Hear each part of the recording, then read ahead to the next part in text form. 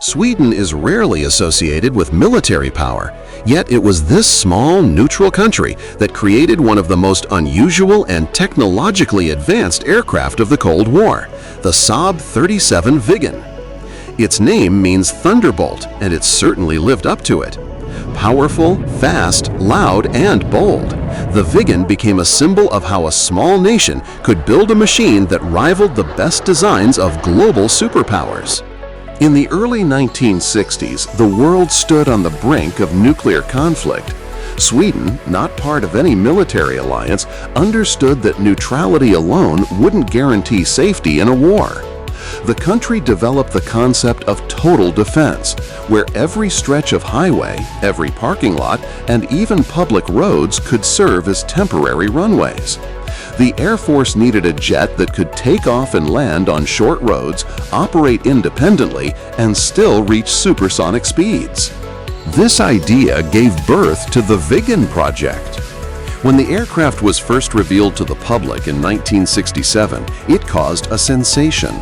Its appearance seemed futuristic. A combination of a canard foreplane and a delta wing made it instantly recognizable. This configuration, known as a duck layout, provided exceptional maneuverability and stability at low speeds. The Viggen could take off and land on stretches of road barely 500 meters long, a near miracle for a jet fighter. To shorten the landing distance even more, the engineers equipped it with a thrust reversing system, large panels that redirected the exhaust forward, rapidly decelerating the aircraft. It was a bold solution, but it worked brilliantly. The Viggen could land on a highway, refuel, and take off again within minutes.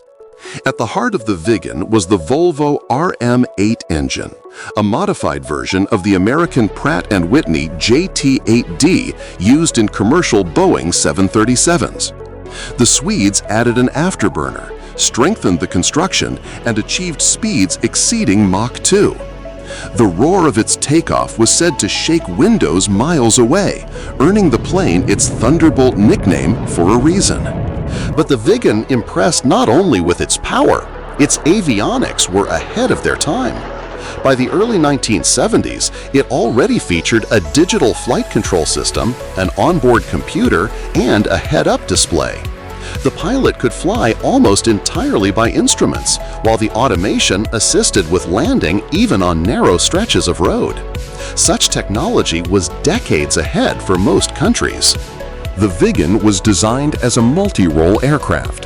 The first version, AJ-37, was a strike fighter capable of attacking both ground and naval targets. Later came the SF-37 reconnaissance model, the SH-37 maritime patrol version, and finally the JA-37 interceptor.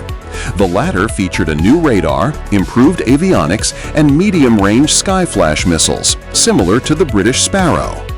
Sweden's defense doctrine focused not on offensive operations, but on survival and retaliation.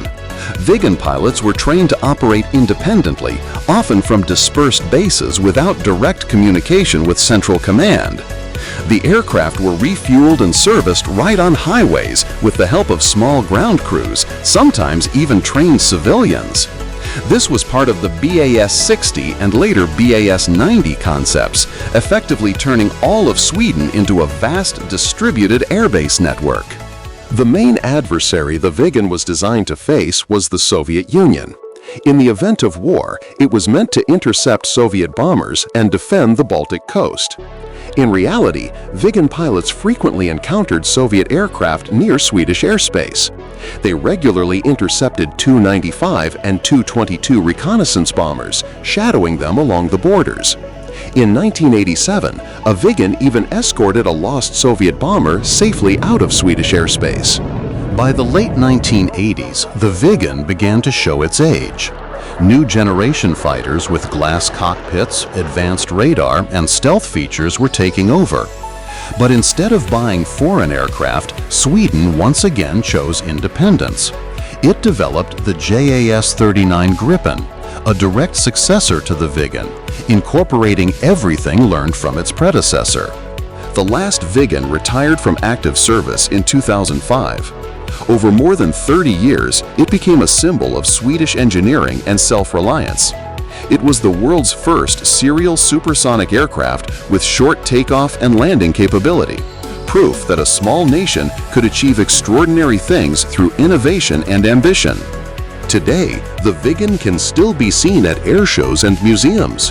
When its silver fuselage soars into the sky and the roar of its engine breaks the silence, it feels as though a thunderbolt itself has come to life.